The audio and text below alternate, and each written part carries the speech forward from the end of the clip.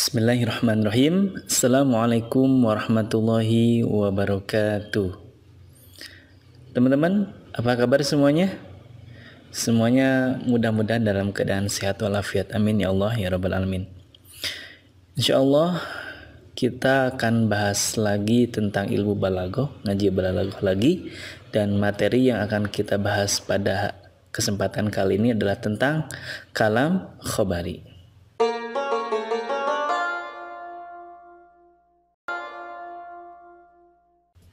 Oke, teman-teman sekalian, apa itu kalam khabari?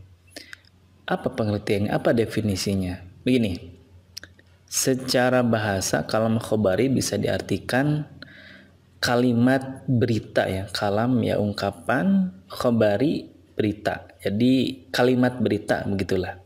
Adapun secara ilmu balaghah, kalam khabari didefinisikan mahtamal sidqu wal kidbu. Yang artinya kalam khabari adalah suatu ungkapan yang mana pada ungkapan tersebut mengandung kebenaran ataupun kebohongan. Yang artinya dari kalam khabari tersebut si pembicaranya atau mutakalimnya itu bisa dinilai jujur atau bohong. Singkatnya bahwa kalam khabari adalah kalimat pernyataan. Kalimat pernyataan. Maka tidak termasuk kalam khabari kalau kalimat perintah, kalimat yang ada pertanyaannya, kalimat larangan, kalimat sapaan.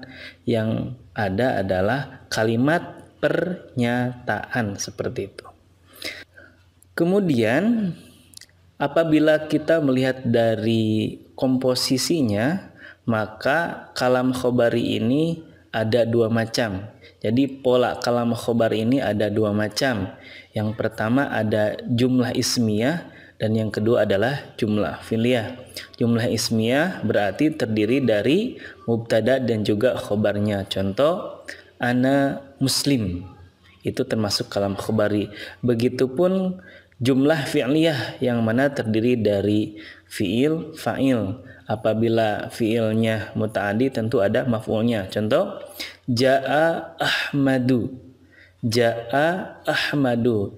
Itu pun termasuk kalam khabari.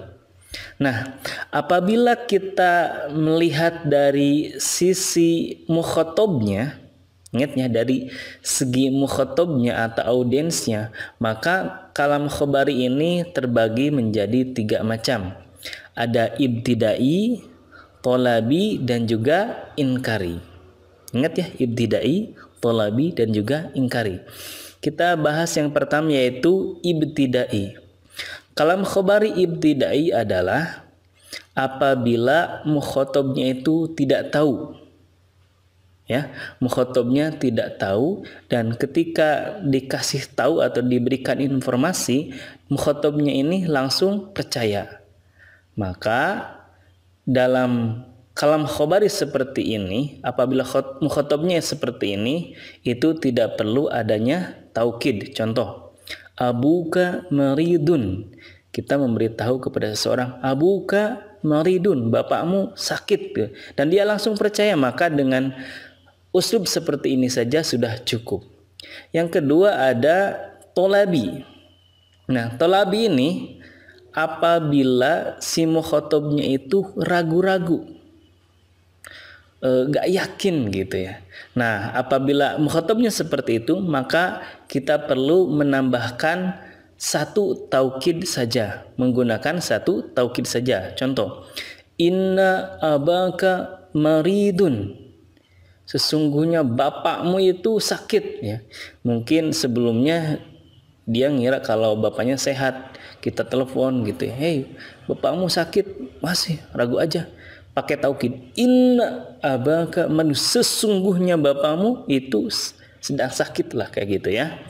Nah, yang terakhir ada inkari. Maksud inkari adalah apabila mukhatabnya itu mengingkari informasi yang kita sampaikan.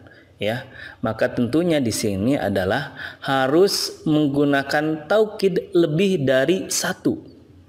Contoh, inna abaka lamaridun. di sini ada dua taukid, yaitu inna dan juga lam taukid. Karena si mukhatabnya itu malah mengingkarinya, ibaratnya, hei bapakmu sakit, wah enggak, apa saya sembuh tadi, gitu, kayak gitu ya. Nah, kalau mengingkari seperti itu maka perlu menggunakan dua taukidnya. Oke, teman-teman sekalian, kita bahas dulu tentang taukidnya ya. Tadi adat-adat taukid atau huruf-huruf taukid itu kan ada inna dan lam taukid ya, yang sebelumnya dibahas. Nah, sebenarnya masih banyak lagi yang termasuk ke dalam huruf taukid ataupun adat taukid. Di antaranya ada kata inna dan juga anna ya. Contohnya inna abaka maridun atau a'lamu anna abaka maridun. Nah, inna atau anna termasuk taukid yang mana kita terjemahkan dengan sesungguhnya atau sebenarnya atau pasti atau benar-benar atau apapun itu ya. Kemudian huruf sumpah ada wawu, ada ta, ada ba gitu ya. Nah, huruf sumpah ini juga digunakan untuk mentaukidkan suatu ungkapan. Contohnya wallahi ya. Ini fi Bandung, contoh gitu ya. Kemudian lam ibtida. Lam ibtida. Contohnya lakana abuka maridon. Lakana abuka. Nah, la yang di sini diartikan sesungguhnya, yang mana fungsinya sama-sama taukid.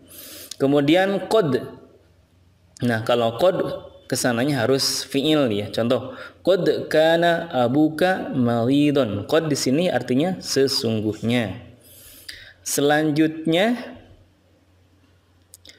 nun taukid khafifah. Nun taukid khafifah itu nun sukun yang ada di ujung fiil. Contohnya la nakunan minal khorsin, asalnya nakuna kemudian ditambahkan nun taukid khafifah yang sukun di ujung, jadi la nakunan. Lamnya juga sama di sini taukid ya. Ada juga nun taukid tsaqilah. Nah, kalau taukid tsaqilah ini nunnya itu ditasdidkan. Contohnya la nakunanna minal khasyirin. Nah, di sini juga fungsinya adalah untuk mentaukidkan suatu ungkapan. Kemudian huruf tanbih untuk mengingatkan. Contoh, ala inna nasrullahi qarib. Nah, ala di sini kan tanbih. Nah, fungsinya adalah untuk mentaukidkan suatu ungkapan. Begitupun yang terakhir ada huruf tambahan. Contohnya ma'ana bimaridin. Asalnya kan ma'ana maridun gitu ya, asalnya kan ya. Kemudian ditambahkan dengan ba. Nah, di sini ziyadahnya di sini berfungsi untuk taukid. Teman-teman sekalian, selanjutnya kita akan bahas tentang aghrad ataupun tujuan dari adanya kalam khobari. Tentunya ketika kita mengungkapkan suatu ungkapan ada tujuannya. Nah, dalam kalam khobari tujuannya itu ada tujuan dasar, ada tujuan lainnya. Nah, tujuan dasar dari kalam khobari ada dua macam, yaitu faidatul khobar dan lazimul khobar. Yang dimaksud dengan faidatul khobar adalah kita menyampaikan suatu informasi kepada mukhatab. Ya iyalah ya, bahwa kalimat berita itu ya tujuannya adalah memberitahukan orang lain, memberikan informasi kepada orang lain. Ya contohnya, abuka maridun, hei bapakmu sakit, ingin memberitahukan kepada mukhatab bahwa bapaknya itu sakit gitu ya. Nah, yang keduanya ada lazimul khobar. Yang dimaksud dengan lazimul khobar itu memberitahukan kepada mukhatab bahwa kita nih sebagai mutakalim tahu tentang informasi tersebut. Ya, memberitahukan mukhatab bahwa kita sebagai mutakalim tahu tentang informasi tersebut. Ya contohnya inna abaka maridun atau abuka maridun atau apapun itu. Yang intinya adalah bahwa saya juga tahu bahwa bapakmu itu juga sakit gitu ya. Nah, selain itu ada tujuan-tujuan turunannya. Ya, selain yang dua tadi, contohnya ya al-fakhru atau untuk menunjukkan kebanggaan. Contohnya sabda Rasulullah, anna afsahul arab baida anni min Quraisy. Saya ini yang paling fasih berbahasa Arab Selain itu saya juga dari keturunan Quraisy. Nah, ini menunjukkan kebanggaan atau prestise gitu ya. Ataupun bisa juga idharu dha'f atau menunjukkan kelemahan gitu ya. Contohnya di sini qala rabbi inni wahanal azmu minni washta'ala ra'su syaiba. Ya, Nabi Zakaria berkata, ya Tuhanku, sesungguhnya tulangku telah lemah dan kepalaku telah ditumbuhi uban. Ya, menunjukkan, oh saya ini lemah, saya ini udah tua kayak gitu ya. Jadi idharu dha'f, menunjukkan kelemahan dan kekurangan gitu.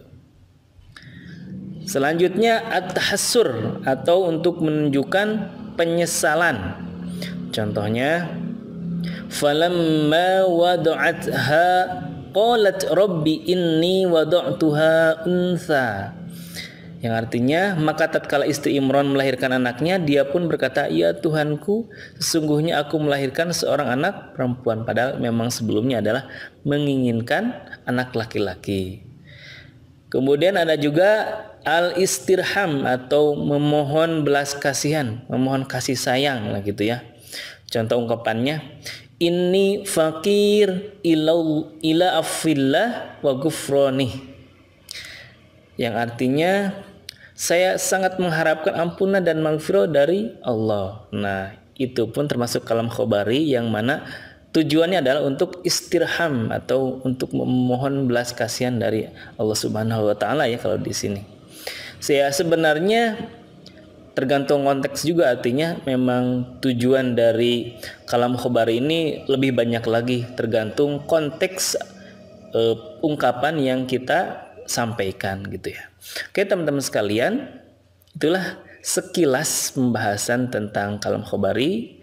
Tentunya ini hanya yang dangkal-dangkalnya saja, artinya saya tidak bahas secara mendalam, tapi mudah-mudahan bisa difahami dan bermanfaat gitu untuk semuanya. Sekian, assalamualaikum warahmatullahi wabarakatuh.